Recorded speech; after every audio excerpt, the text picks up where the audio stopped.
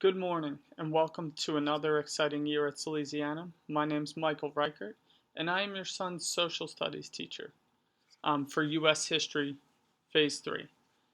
So I wanted to take a second introducing myself through video, much as your sons may be bringing home videos that either I record or that I've found to give them a sense of the content knowledge, to get them exposed to things like, for example, in this month, dealing with the American Revolution, and then as we progress through the year, going further and further, closer and closer to modern history. So I'll talk more tonight with regard to the curriculum. I want to give you just a little bit of background about myself. This is my 10th year teaching overall, probably about my 8th year teaching U.S. history specifically. I really enjoy teaching history for many reasons, the biggest of which is it always has relevance. There's always a current event tie, but also it seems to be, in my experience, one of the most versatile subjects in that when designing a lesson, it has immediate and instant engagement or excitement. But then the second part of that is with regard to boys, there's an obvious draw when talking about wars and social change and topics of that nature.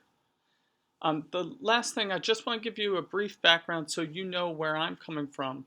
My position here at the school is Director of Technology and Instruction, so along with Julianne Longo and Jude Zerba, we form the academic leadership team with Chris Beretta.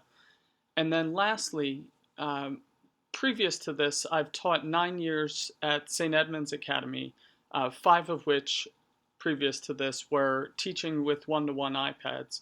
And obviously, we're doing that now again. That was one of my biggest draws when looking for positions, going to a school that uses technology. So there are two main things that may set me apart from other teachers that your son has, or from other talks that you'll hear later on tonight.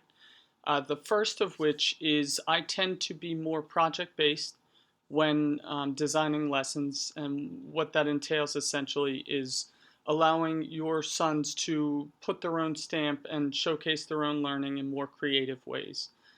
So typically, students will spend more time thinking critically about what they've learned, collaborating in class, whether with partners or groups, whether informal or formal, in terms of creating a project.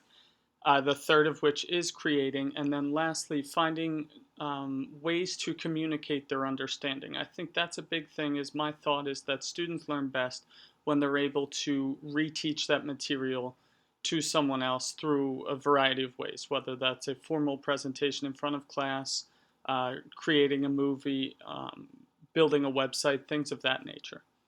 So with that, I tend to also be, and hopefully I will walk the walk in terms of using technology. I tend to use technology quite a bit, and we've talked in class over the past week about the need to have iPads up and running, the apps that are needed to be there on the iPad, and then lastly, the need to have the iBook downloaded. I'll talk more about that tonight, as well as I'd love to get a chance to meet each of you individually.